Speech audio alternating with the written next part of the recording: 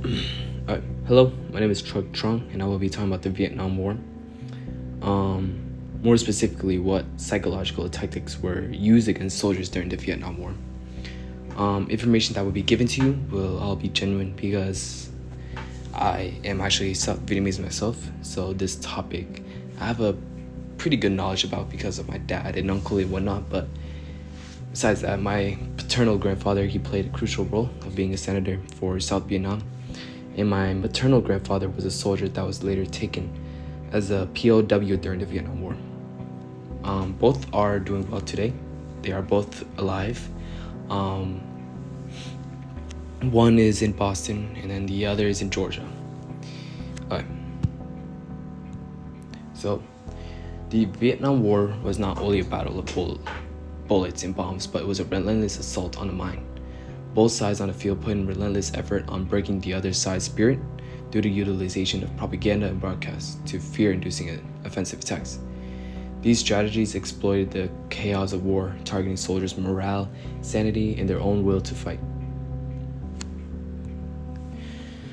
Okay, so like in many cultures around the whole globe, the Vietnamese people have deep-rooted beliefs about the afterlife and what happens to the soul after death.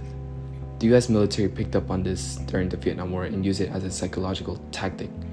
One eerie method they used was playing the loud recordings of so-called wandering ghosts in the jungle at night. So strange, unsettling noises were meant to tap into spiritual beliefs and scare enemy soldiers. To make the tapes sound more convincing, the U.S. soldiers worked with South Vietnamese allies and even used the voices of captured Viet Cong fighters to record ghostly moans, cries, and messages from the dead. The goal was to shake the morale of enemy troops, particularly those in the Viet Cong in the North Vietnamese army, by making them feel like they were being haunted or punished spiritually by the dead. It was a psychological warfare tactic rooted not in brute force, but it was more so in fear, using cultural beliefs as a weapon. The recording is actually on YouTube. If you just search up Wandering Ghosts Vietnam War, it'll actually show you the tape. Although it is in Vietnamese, there's captions that are English, so it'll make you understand better.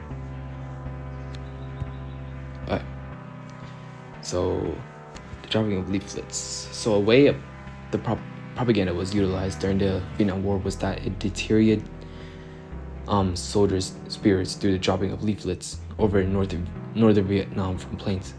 This allowed the U.S. to spread propaganda, warnings, and spread doubt among the enemy.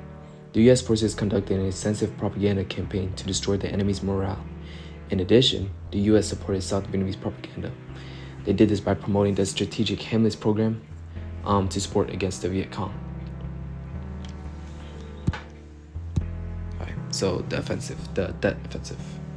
One notable way the North Vietnamese was able to use war tactics to strike the enemy spirit was that during the Vietnamese holiday of Tet, when both sides had agreed to a temporary ceasefire, North Vietnamese forces launched a massive and coordinated attack.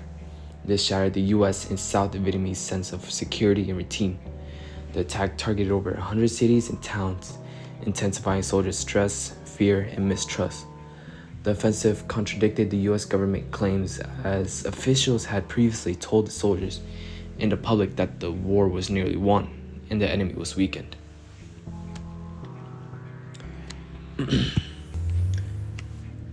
So Hanoi Hannah.